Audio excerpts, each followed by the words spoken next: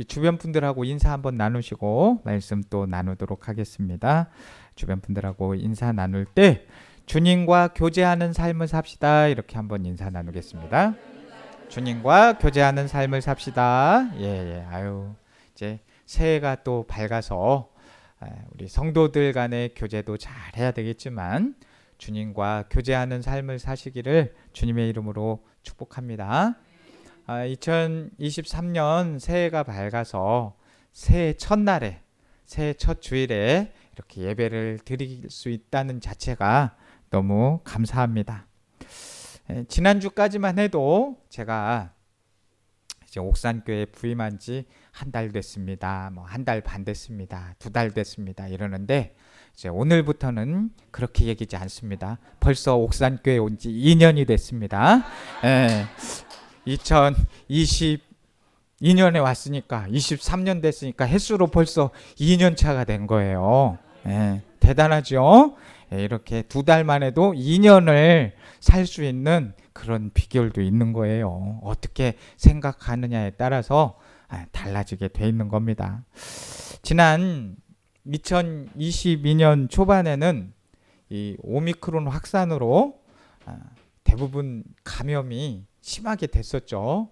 저도 작년 초에 오미크론 감염이 돼서 좀 고생을 하기도 했는데 참 어려움이 많았습니다. 그때 많은 분들이. 그러나 이제 하반기가 되면서 조금씩 확진자 감소로 일상이 회복되는 듯 합니다. 과학이 발달하고 우주까지 오가는 세상이 됐음에도 불구하고 우리는 왜 이렇게 보이지도 않는 그 작은 바이러스 때문에 전전긍긍하면서 살아갈 수밖에 없을까요? 여러 가지 원인이 있겠습니다만 그 중에 하나는 우리 안에 질서와 균형이 깨졌기 때문이라고 말할 수가 있습니다. 우리 몸은 균형을 잘 유지해야 돼요. 적절한 영양분, 적절한 수분, 적절한 근육, 균형이 잡혀져 있어야 건강하게 살 수 있다는 것이죠. 건강에 이상이 생길 때는 그 원인이든 결과든지 간에 이 밸런스가 무너져 있는 상태가 됐을 가능성이 많아요. 이것은 우리의 몸도 또 우리의 사회도 우리의 신앙도 마찬가지. 밸런스, 이 균형이 깨지지 않도록 노력을 해야 되는 것이죠. 하나님이 창조하신 모든 것에는 하나님의 창조 질서가 있습니다. 그 질서는 반드시 균형을 잡고 있어야 돼요. 하지만 이 죄가 들어오면서 이 균형이 깨져버리게 됐어요. 이기적인 욕망을 채우기 위해서 자연의 질서를 해쳤거나 타인들의 관계를 이 죄 때문에 깨뜨리게 되는 거죠. 더 나아가서는 이 죄 때문에 하나님을 대상화하거나 아예 하나님을 의식하지 않고 사는 경우도 있단 말이에요. 이것은 최근의 일이 아니고 인류 역사가 시작돼서부터 계속해서 죄의 문제는 있었다는 거예요. 이게 근원적인 문제인 거죠. 인간의 근원적인 문제가 빚어낸 이 비극적인 현상들을 오늘 말씀의 첫 부분에서 언급을 하고 있습니다. 제가 오늘 본문 말씀 10절을 세번역 성경으로 한번 읽어드리겠습니다. 그는 세상에 계셨다. 세상이 그로 말미암아 생겨났는데도 세상은 그를 알아보지 못하였다라고 하고 있어요. 눈앞에 있음에도 불구하고 그를 알아보지 못하는 거예요. 마치 캄캄한 어둠에 있는 것처럼 그 사람을 있는데도 못 알아보는 거죠. 실제로 그러니까 지금 사람들은 어둠 속에서 살아가고 있었던 거죠. 하나님께서 세상을 창조하실 때는 가장 먼저 빛을 만드셨음에도 불구하고 사람들은 어둠 속에서 막 자꾸 길을 잃은 채 살아가고 있는 거예요. 어디가 바른 길인지 보이지 않기 때문에 그렇게 하고 있는 겁니다. 그저 각자 자기가 향하는 곳이 바른 길이라고 믿으면서 자기 소견대로, 자기 소견에 옳은 대로 막 행하고 살아가는 거예요. 우리는 빛에 살고 있지 않으면서 빛 속에 살고 있다고 착각하며 사는 경우가 너무나 많습니다. 실제로 우리의 밤은 예전보다 많이 밝아졌잖아요. 조금 더 밝아진 게 아니라 예전 우리 어르신들 살았을 때 한번 생각해 보세요. 뭐 전구가 있었어도 그리 밝았습니까? 그런데 지금은 어둠 속에서도 빛 때문에 굉장히 밝지요? 엄청 밝아졌어요. 과학이 발전한 17, 18세기 이 계몽주의 시대를 거치면서 우리는 이성의 힘으로 세상을 밝힐 수 있다고 믿었어요. 우리 힘으로, 우리의 능력으로 마침내 어둠을 극복한 것처럼 여겼단 말이에요. 그런데 그게 맞아요? 그것은 착각이었습니다. 20세기에 접어들면서 두 번에 걸친 세계대전을 통해 우리는 과학의 힘으로, 이성의 능력으로, 인간의 의지로도 우리 안에 있는 어둠을 어찌할 수 없다는 것을 다시 한번 무기력하게 지켜볼 수밖에 없었습니다. 지난주에 갑자기 전기가 나갔어요. 근데 제가 전기가 다 나가면은 이해가 되죠. 왜냐하면 한전 측에서 뭔 좀 사고가 나서 전기가 나갔나 보다. 그런데 친교시라고 본당만 나가고 우리 사택은 문제가 없는 거예요. 전기가 잘 들어오는 거예요. 그러면 전기가 잘 안 되면 제일 먼저 찾아볼 곳이 어디냐면 차단기예요. 어떻게 잘 하시네요. 예. 전기 공사하셨어요? 예.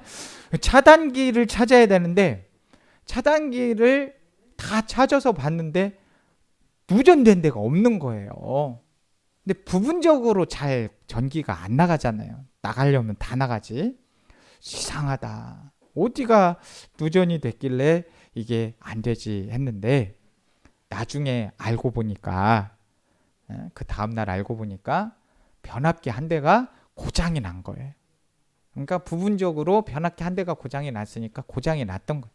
아무리 모든 것을 갖추고 있어도 공급을 받지 못하면 전기는 들어올 수 없는 거예요.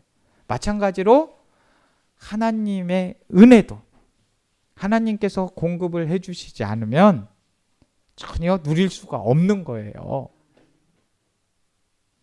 우리가 아무리 이성적으로 살고 우리의 힘으로 산다고 생각을 할지라도 하나님께서 은혜 한번 끊어버리시면 우리 인간은 좌지우지할 수밖에 없는 겁니다. 21세기에 접어들면서 우리는 또다시 기후위기로 인한 자연재해뿐만이 아니라 메르스에서부터 사스, 코로나 이런 바이러스 공격으로 말미암아서 끝이 보이지 않는 어둠 속을 헤매고 있습니다. 이런 진단에 대한 처방이 있어야 될 거 아닙니까? 그 처방이 무엇일까요? 하나님은 눈앞에서 주님을 보아도 보지 못하고 알지 못하는 세상을 향해서 그 어둠을 향해서 빛을 보내심으로 온 세상을 밝혔습니다. 우리 이렇게 전깃불이 있어서 본당이 이렇게 환하게 비춰진 것처럼 하나님께서도 그 세상을 빛으로 비추셨습니다. 참빛으로 오신 예수님을 통해서 하나님께로 세상 사람들을 부르셨습니다. 지금 저와 우리 성도님들이 여기에 있을 수 있는 이유도 하나님께서 부르셨기 때문에 있는 것이죠. 요한은 이런 처방을 16절 말씀에서 은혜 위에 은혜라고 하고 있습니다. 하나님이 우리를 불러주셨기 때문에 이게 은혜 위에 은혜인 것이죠. 이것이 왜 은혜인 것일까요?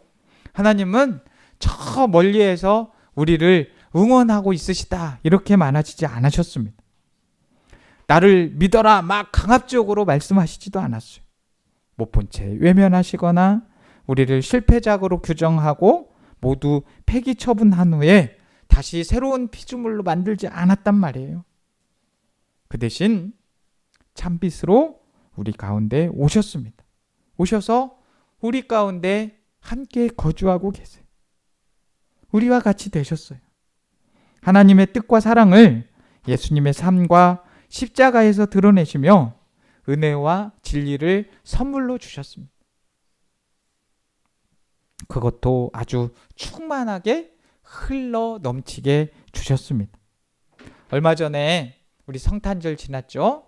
우리는 성탄절 하면 선물 많이 생각하게 되는데 어떤 세상에서 가장 큰 선물을 받았다 치지만 실은 이 성탄절의 가장 큰 선물의 원조는 누구의 선물이라고 그랬어요? 하나님의 선물이란 말이에요. 그것보다 더 큰 선물이 어디 있어요? 성탄은 하나님께서 최고의 선물인 독생자 예수 그리스도를 우리에게 선물로 주신 날이기 때문에 우리는 그렇게 기쁜 거예요. 그러나 그렇게 하나님께서 큰 선물로 빛으로 예수님을 주셨는데 아직도 어둠 속에 살고 있는 사람이 있단 말이에요. 오늘 본문 말씀 11절 말씀을 제가 또 세번역 성경으로 한번 읽어드릴게요. 그가 자기 땅에 오셨으나 그의 백성은 그를 맞아들이지 않았다라고 하고 있습니다.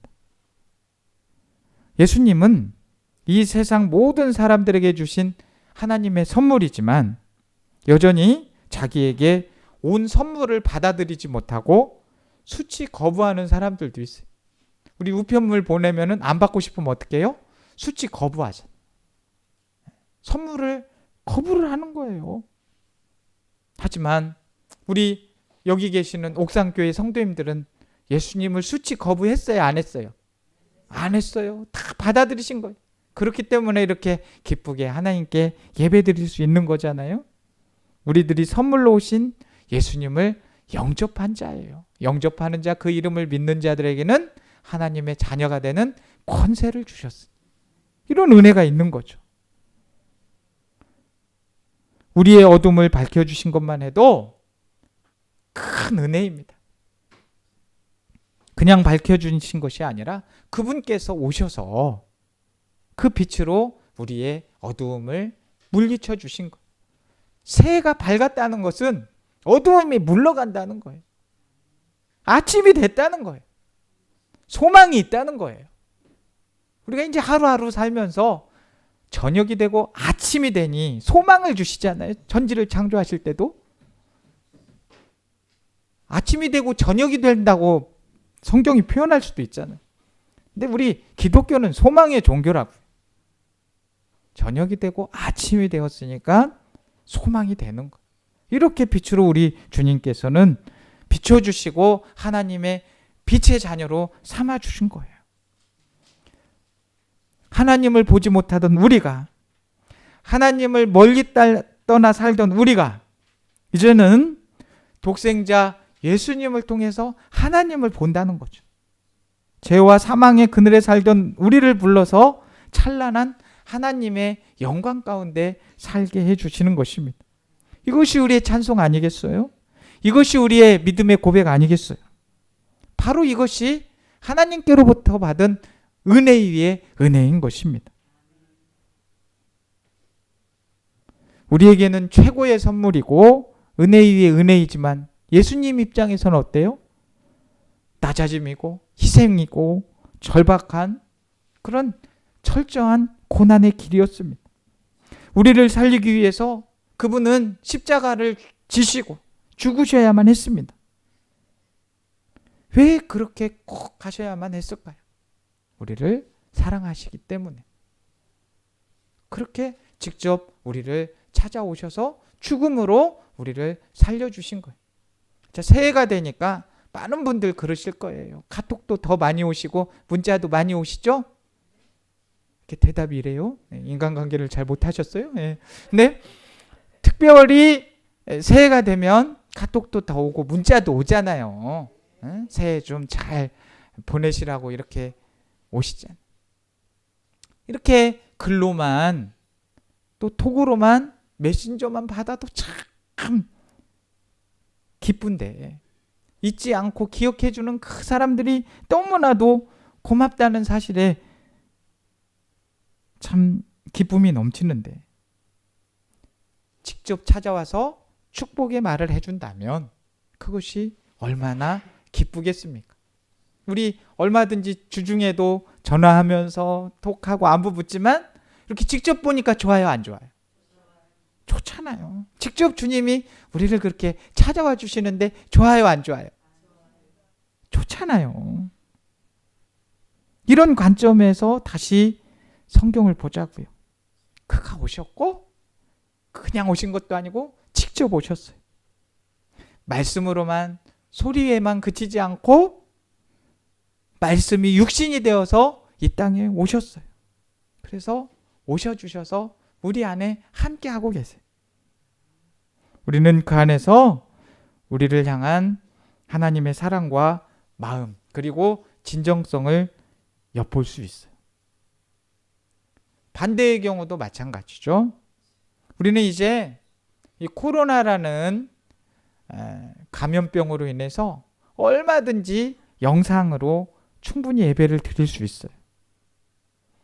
우리의 예배를 받으시는 하나님은 온 세상 그 어디에도 항상 계시는 분이시기 때문에 그 영상으로 드리는 예배도 분명히 하나님께서 받으실 거예요. 우리가 삶으로 드리는 예배도 여러 가지 상황으로 인해 교회에 오기 어려워 어쩔 수 없이 드리는 영상을 통한 예배도 하나님께서는 분명히 받으세요. 그럼에도 불구하고 우리가 할 수만 있다면 우리의 발걸음을 이 성전에 옮겨서 그 수고로움을 감내하며 함께 모여서 예배를 드릴 때 그 예배를 받으시는 하나님의 마음은 어떠실까요? 멀리서 문자나 전화를 통해서도 안부를 전하는 것도 충분히 마음이 전달이 되지만 일부러 먼 길을 어떤 한 사람을 보기 위해서 달려가 그 직접 눈을 마주치면서 말뿐이 아닌 자기의 존재로 인사할 때 그 감동은 훨씬 크게 될 것입니다. 아시다시피 저는 지금 서울에서 사역을 하다가 우리 옥산교회에 오게 됐지 않습니까? 제가 옥산교회에 처음 설교를 하러 내려올 때 와도 끝이 없어요. 서울에서 내려오다 보니까 휴게소 쉬어도 아직도 중간도 안 왔고 또 쉬어도 안 오고 굉장히 오래 걸려요. 그걸 잘 알아요. 돌아갈 때도 다이렉트로 가도 굉장히 오래 걸린 거리예요. 그런데 이 2달 사이에 서울에서 제가 무엇이라고 저를 보겠다고 새벽 예배 드리고 오신 분들이 있어요. 뭐 한두 시간 보면 또 올라가셔야 돼. 오시는 길 하루로 다시 올라가는 길이 결코 쉬운 일이 아니에요. 근데 저 같은 것이 무엇이라고 제 얼굴 보기 위해서 그 먼 곳에서 오고 가신 거예요. 자, 그러면 제가 저 사람들 참 쓸데없네. 시간이 얼마나 많이 남아돌면 저렇게 하루를 날리고 여기까지 오지. 이렇게 생각하겠어요? 아니죠. 너무 감동이 되죠. 너무 감사하죠. 우리 성도들도 마찬가지일 거예요. 힘들고 어려웠을 때 누군가가 자기를 찾아와 주면 너무나도 감사하지 않겠습니까? 저 역시도 마찬가지고 힘든 상황에서 누군가가 나를 찾아와 준다면 누군가가 나에게 위로를 전해준다면 참 감사한 일인데 우리 주님께서 직접 찾아오셨고 우리 주님께서 함께 하시는 것. 그렇다면 우리 역시도 그 주님을 찾아뵐 수 있어야 되고 그 주님을 예배할 수 있어야 될 것입니다. 우리를 향한 하나님의 그 걸음이 하나님을 향한 우리의 그 걸음이 서로에게 얼마나 큰 기쁨이 되겠어요. 하나님도 기쁨이고 우리도 기쁨이고 우리는 또 하나님을 통해서 얼마나 큰 힘과 용기가 생기겠어요. 우리가 힘과 용기를 어디서 얻을 수 있어요? 주님의 말씀으로부터 얻을 수 있는 것입니다.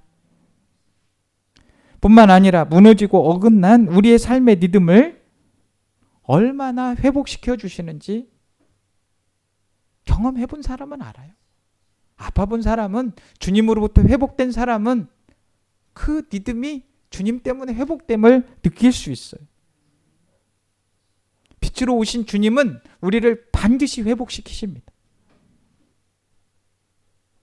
나라를 잃고 흩어졌던 이스라엘 백성들을 땅끝에서 모아서 다시 고향으로 돌아오게 하셨듯이, 강한 자의 손에서 그들을 건지셨듯이, 그로 인해 슬픔에서 즐거움으로, 근심에서 기쁨으로 삶의 태도가 바뀌게 하셨듯이 우리의 삶도 우리 곁에 오신 주님으로 인해서 변화가 될 줄로 믿습니다.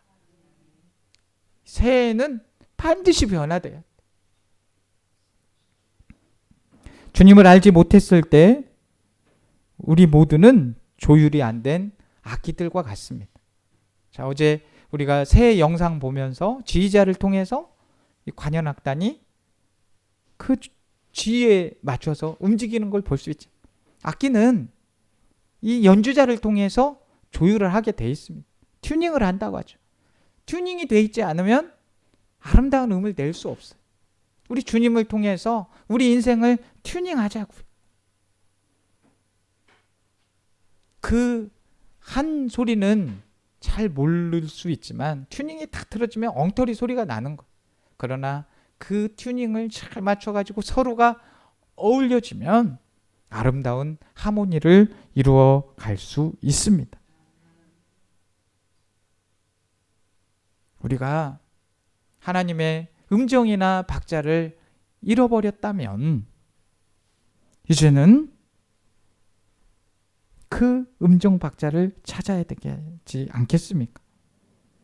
우리가 지금까지는 어둠 때문에 하나님을 보지 못했다면 이제 새해에는 그 볼 수 있는 눈을 회복하셔야죠.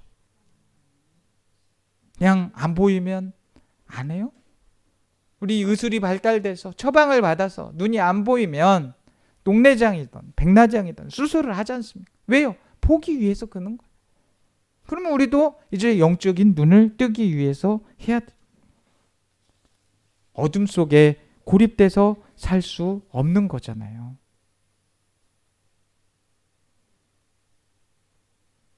자꾸 그런 삶을 살다 보면 이 자기중심적인 삶이 되게 되고, 이 자기중심적인 삶이 이기적인 삶의 태도가 되고, 그것이 정상인 줄 안다니까. 그러면 안 되잖아요.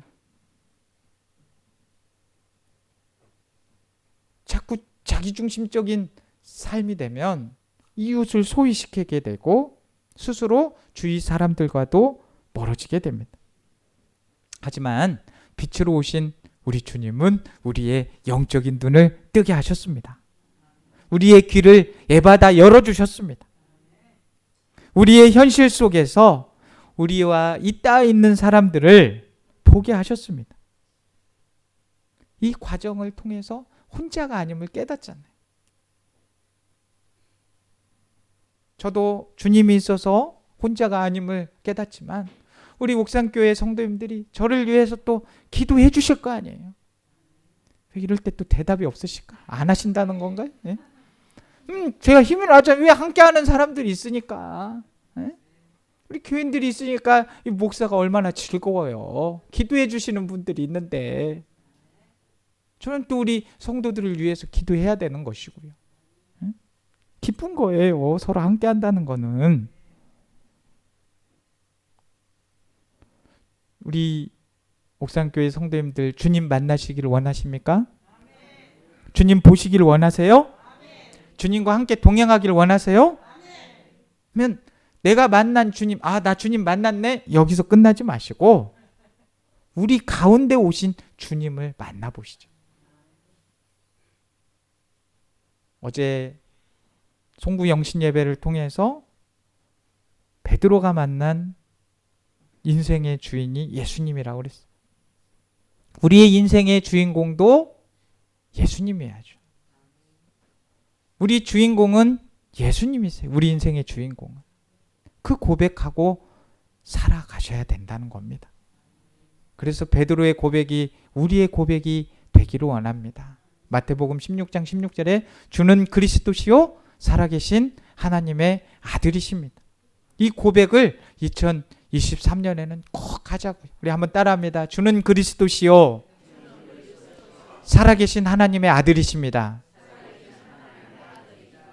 이 말씀을 붙들고 주님을 만나고 내 인생에 예수님을 모시고 사는 겁니다.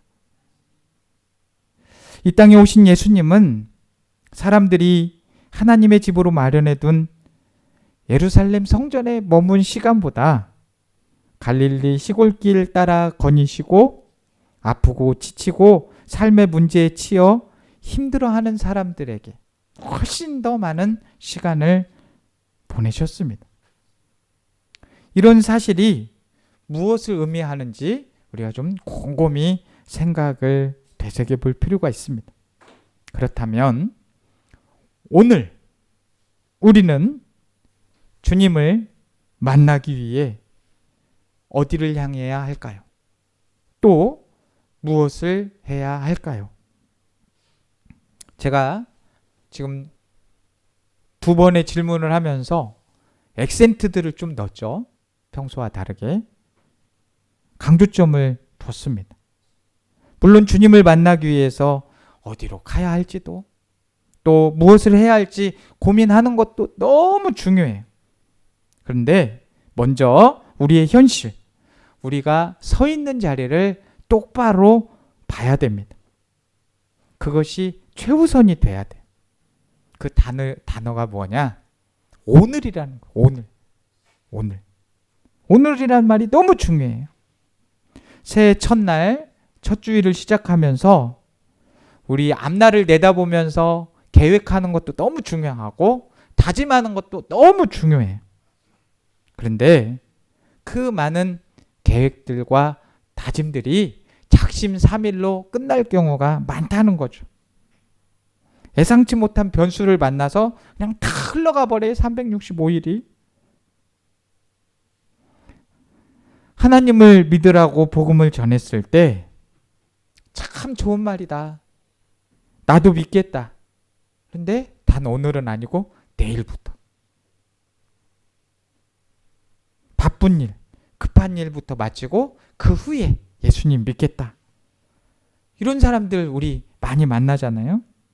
그러나 이런 사람들의 내일은 또 내일 만나면 내일, 그리고 또 만나면 또다시 다음 기회, 이렇게 내일이라는 핑계로 채워지게 될 것입니다. 우리 역시도 주님 일 자꾸 하고 주님 말씀 보자고 하는 거 내일로 미루다 보면 자꾸 그게 핑계가 되면서 결국은 못하게 되는 거예요. 마귀의 작전 중에서 가장 큰 작전이 뭔지 아십니까?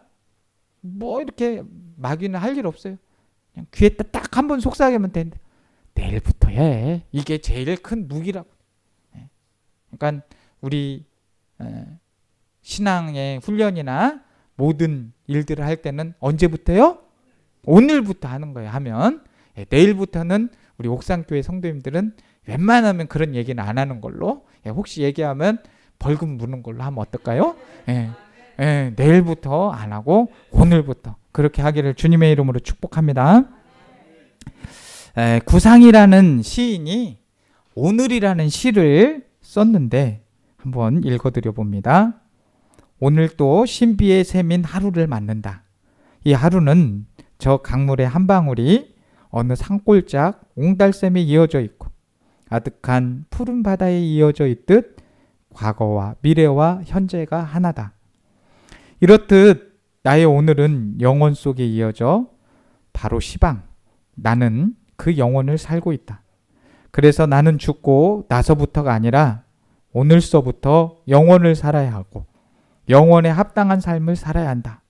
마음이 가난한 삶을 살아야 한다.